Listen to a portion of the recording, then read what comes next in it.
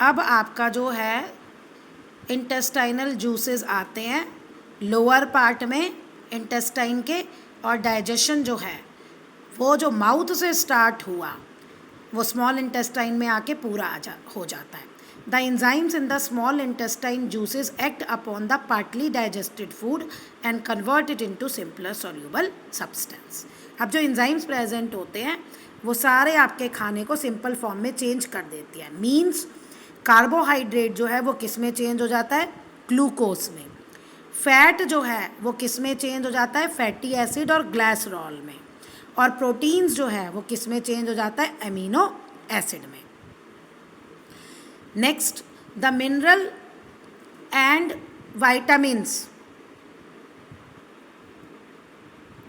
Minerals and vitamins present in the food do not need to be change. उनको तो change करने की ज़रूरत ही नहीं होती क्योंकि वो ऑलरेडी वाटर वगैरह में सोल्यूबल होते हैं और सेल्स उन्हें ईजिली एब्जॉर्ब कर लेते हैं. अब है absorption in the small intestine. ये जो मैं तुम्हें पहले भी बता रही थी, विलाई कैपिलरीज होती हैं और ये वॉल्स पे होता है. स्मॉल इंटेस्टाइन के वॉल में फिंगर लाइक प्रोजेक्शंस होती हैं और इनमें क्या होता है, अब ये जो भी डाइजेस्टेड फॉर्म है fatty acids, amino acid, glucose, ये विलाई एब्जॉर्ब करता है और ये ब्लड वेसल से कनेक्टेड होती हैं तो ये पूरे ब्लड में दे देता है. These villi give the inner wall of the small intestine a very large surface area for absorption of digested food. ये पिक दी है. जैसे हमारे सर पे बाल है, अब आप खुद सोचो कि अगर बाल ना हो वो पूरे सरफेस को खाना एब्जॉर्ब करना है या हमने अपने बालों को दे दिया उनको खाना एब्जॉर्ब करना है, कौन ज़्यादा एब्जॉर्ब कर पाएगा? खाली स्किन या ये बाल? तो बाल ज़्यादा हो जाते हैं, वो ज़्यादा एब्जॉर्ब कर पाएंगे. तो सेम केस यही होता है, विलाई करते हैं. The surface of the villi absorb the digested food material and passes them to blood capillaries को भेज देता है और वहाँ से फिर ये blood जो है absorbed food is carried to all cells of the body by blood. blood इस सारे खाने को हर सेल्स तक पहुँचा देता है और ये फूड यूटिलाइज होता है टू गिव एनर्जी. आप एनर्जी आगे रिस्पायरेशन चैप्टर में आप पढ़ेंगे तो ये एनर्जी देता है. अब है assimilation of food. Assimilation of food मतलब बॉडी को अपनी ग्रोथ और अपने काम के लिए यूज़ करना.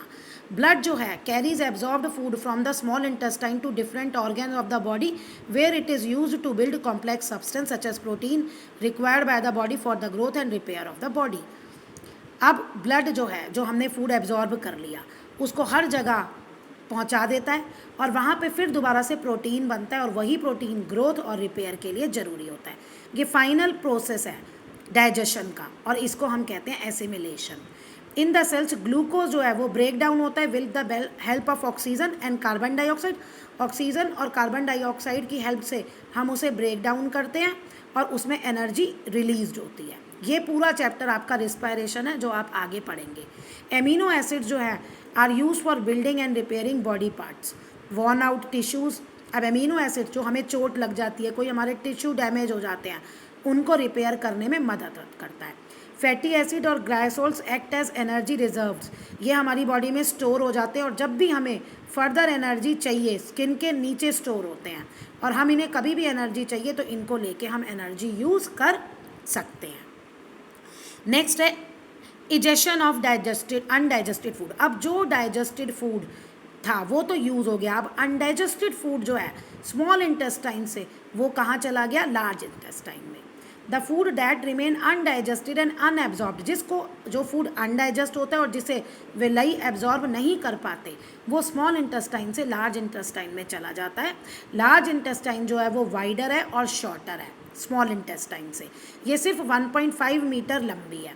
लार्ज इंटेस्टाइन के दो पार्ट हैं, colon upper part and rectum lower part. Colon जो है वो वाटर और कुछ सॉल्ट एब्जॉर्ब करता है अनडाइजेस्टेड फूड से.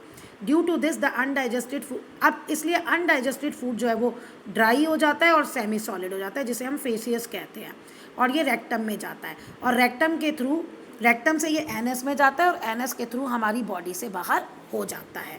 जो सॉलिड वाटर वाला पार्ट है वो यूरिन के थ्रू बाहर होता है और ये जो आपका सॉलिड पार्ट है जो एनएस के थ्रू जाता है वो आप पॉटी जिसे कहते हो वो उसके थ्रू बाहर होता है और इस पूरी प्रोसेस को हम कहते हैं इजेशन.